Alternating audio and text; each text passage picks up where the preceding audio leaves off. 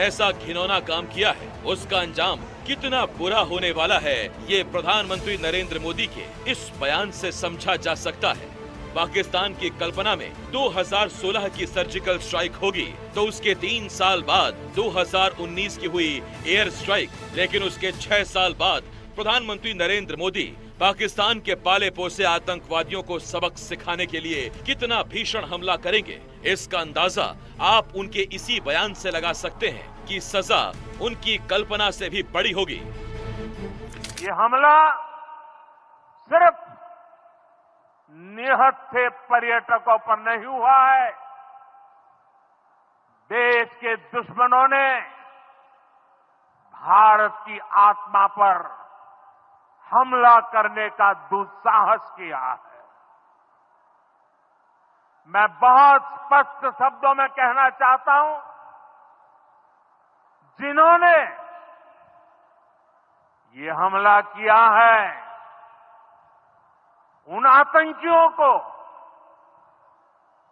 और इस हमले की साजिश रचने वालों को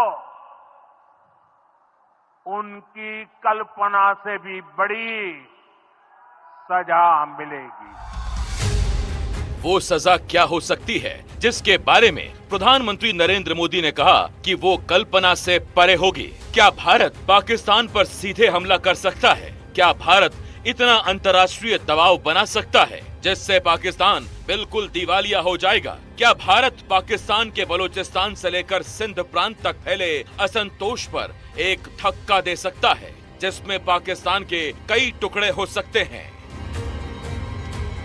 प्रधानमंत्री नरेंद्र मोदी ने जिस भाषा में जो कुछ कहा है उससे इतना साफ है कि भारत चाहे छुपे मिशन के तहत हो या खुलकर वार करना हो, पाकिस्तान को सबक जरूर सिखाएगा। अब तक सबसे बड़ा हमला एयर स्ट्राइक वाला था, तो कल्पना से परे वाला हमला बेशक एयर स्ट्राइक से भी बड़ा होगा।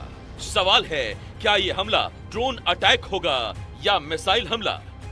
पाकिस्तान को सबक तो मिलेगा, जैसा प्रधानमंत्री मोदी ने कहा है कि आतंकिस्तान को मिट्टी में मिला देंगे। अब आतंकियों की बची खुची जमीन को भी मिट्टी में मिलाने का समय आ गया है।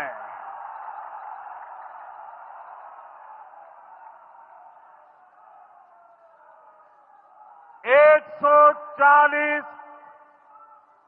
140 करोड़ भारतीयों की इच्छा शक्ति अब आतंकी आकाओं की कमर तोड़ कर रहेगी।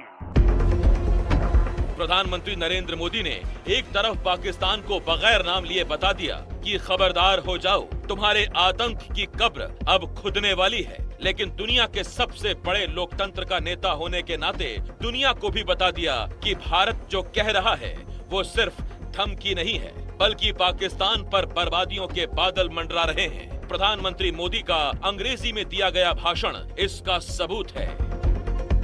I say to the whole world, India will identify, track and punish every terrorist and their backers. We will pursue them to the ends of the earth. India's spirit will never be broken by terrorism. जिस दिन पहलगाम में आतंकी हमला हुआ उस दिन प्रधानमंत्री Narendra Modi Saudi अरब में थे, लेकिन पीएम मोदी ने अपनी यात्रा बीच में ही छोड़ दी और भारत वापस लौट आए। तब से सरकार लगातार एक्शन मोड में है। बुधवार को 5 कूटनीतिक फैसले लिए गए और गुरुवार को सर्वदलीय बैठक बुलाकर साफ कर दिया कि इस आतंकी हमले का जवाब देने के लिए पूरा हिंदुस्तान एकजुट है।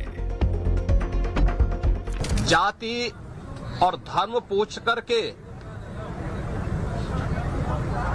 बहन बेटियों के सामने उनके सिंदूर को उजाड़ा जाए, यह कोई सभ्य समाज स्वीकार नहीं कर सकता। सोशल मीडिया पे टारगेटेड और एनिमेशन के साथ साथ पॉलिटिकल पार्टी के लीडर्स भी कि समाज में कैसे जहर घोलें या किसी लीडर के बारे में कितना गलत कह सकते हैं या तस्वीरें बनाने की बात, अगर वो भी चल रहा है तो ये भारत सरकार की जिम्मेदारी है कि ऐसी चीजों को रोका जाए। एक तरफ पाकिस्तान के खिलाफ लोगों का आक्रोश बढ़ता जा रहा है तो दूसरी तरफ राजनीतिक दलों में आतंक के खिलाफ गुस्सा तो एक जैसा है, लेकिन राजनीतिक सवालों के साथ पूरी देश की तमाम राजनीतिक दल एक भाषा में बात कर रहे हैं। सब चिंतित हैं, सब दुखी हैं, व्यथित हैं। लेकिन भारतीय जनता पार्टी जिस तरह से अपने सोशल मीडिया हैंडल्स पे, अधिकृत सोशल मीडिया हैंडल्स पे, कर्नाटक का आपने देखा, छत्तीसगढ़ का देखा, किस तरह से इस त्रासदी का दुरुपयोग करते हुए वो देश में और वैमनस्य कैसे फैले, पोलराइजेशन कैसे फैले, नफरत कैसे फैले, वो साजिश रच रही है।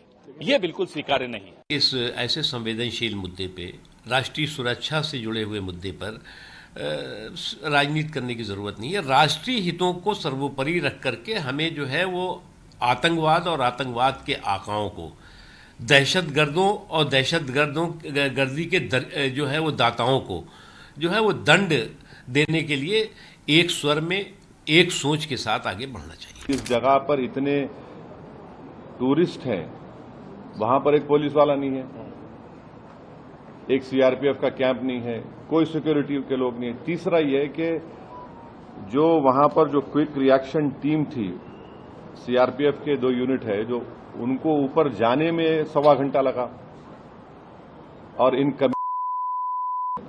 जो हरकत की वहां पर नाम पूछकर गोली मारे, समुदाय पूछकर मारे, तो ये इसकी अकाउंटेबिलिटी तो होनी चाहिए। इस वक्त हमें पॉलिटिक्स से ऊपर उठकर देश के बारे में और देश के लिए जो करना है उसमें एकजुट बन के काम करना चाहिए, और विपक्ष को भी इस समय बहुत ही मैच्योरिटी के साथ आगे आना चाहिए, मुझे ऐसा लगता है। पीएम मोदी के रुख के बाद ये तय है कि आतंक की जमीन तैयार करने वाले के खिलाफ कार्रवाई जरूर होगी। पाकिस्तान को भी इस बात का इल्म है। शायद इसी वजह से आतंक के भाईजान के मुल्क में बैठकों का दौर जारी है। अब से थोड़ी देर पहले शहबाज शरीफ ने नेशनल सिक्योरिटी काउंसिल की मीटिंग ली है, जिसमें पाकिस्तानी सेना के चीफ भी मौजूद रहे। एनडीटीवी इंडिया की रिपोर्ट।